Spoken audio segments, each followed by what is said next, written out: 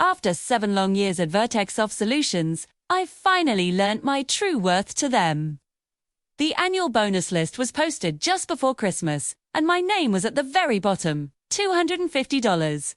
Meanwhile, Evan Brooks, the guy who was more skilled at flattering management than writing code, got $180,000. The next morning, I handed my resignation to my manager, Susan Parker. She glanced at the letter and let out a little laugh.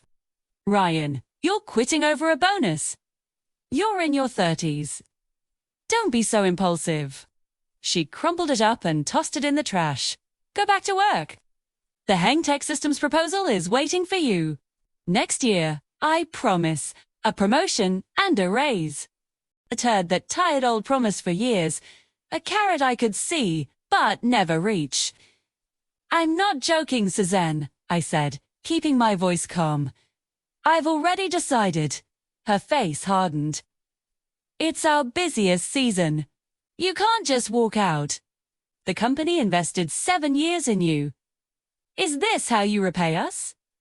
Invested. If working until 3 in the morning and constantly fixing everyone else's screws was an investment, then sure. "I've submitted my resignation," I stated firmly. "Starting today, I'm not responsible for any projects." Then I turned around and walked out. Back at my desk, I started packing.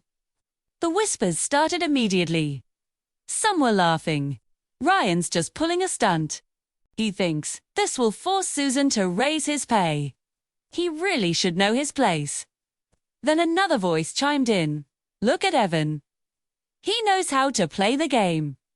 Ryan just buries himself in work. Honestly, $250 is generous for him." I kept packing, but the comments grew louder. I finally looked up. I said quietly, "Remember that security bug in your code last year? I fixed it." His face went white. I turned to another coworker. "Tom, last month you used the company server for freelance work. You want me to send the logs to HR?" The entire office fell silent. No one said another word. I picked up my box and left for good. That night, Susan called me. "Ryan, where are you?" "Boy, haven't you sent the Hang Tech proposal?" I was standing outside my house, looking at the warm light from the window. "I resigned," I reminded her. There was a pause. "Stop being dramatic," she snapped. "Send the proposal. I'll raise your salary 20% next year." I just smiled. "You said I was the only one who could do that proposal." "That's true. Why was my bonus only $250? Her voice turned ice cold. "Ryan, where else are you going to go? Your technical skills are outdated. If you walk away now, don't expect to come back." "That's fine," I said. "I won't." Then I hung up. Apparently, Susan thought I was bluffing. She told Evan, "Don't worry. Ryan is reliable. He'll send the proposal tonight." Evan smiled confidently. "If he doesn't, I'll write one myself." And he did. The next morning, he handed a new proposal to Susan. She barely glanced at it before taking it straight into the client meeting with Hang Tech Systems. The client's technical director flipped through the pages. With each one, his expression grew darker. Finally, he closed the folder. This wasn't written by Ryan Walker. Susan froze.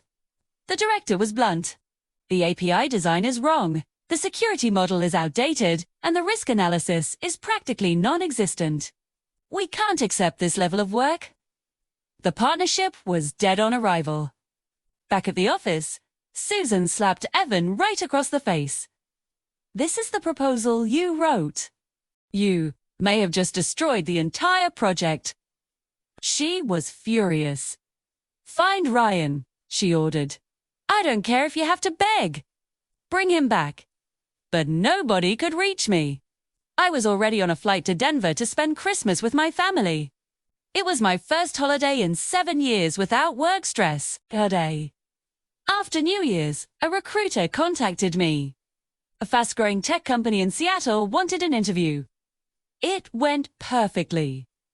The chairman made the decision on the spot. Director of Engineering. With a salary 3 times what I used to make, plus company stock, I accepted. 6 months later, our team's new algorithm won a major industry award. At the company gala, the chairman announced a special bonus for me, $1 million, and a brand new Mercedes-Benz. After the gala, I was driving my wife and son home. At a red light, I noticed a small street stand selling roasted sweet potatoes. I looked closer at the vendor. It was Susan Parker. She looked up and saw me, her face a mixture of shock and deep regret. I just gave her a simple nod. The light turned green, and the car moved forward. Everything behind me faded into the rearview mirror. My real life was just beginning.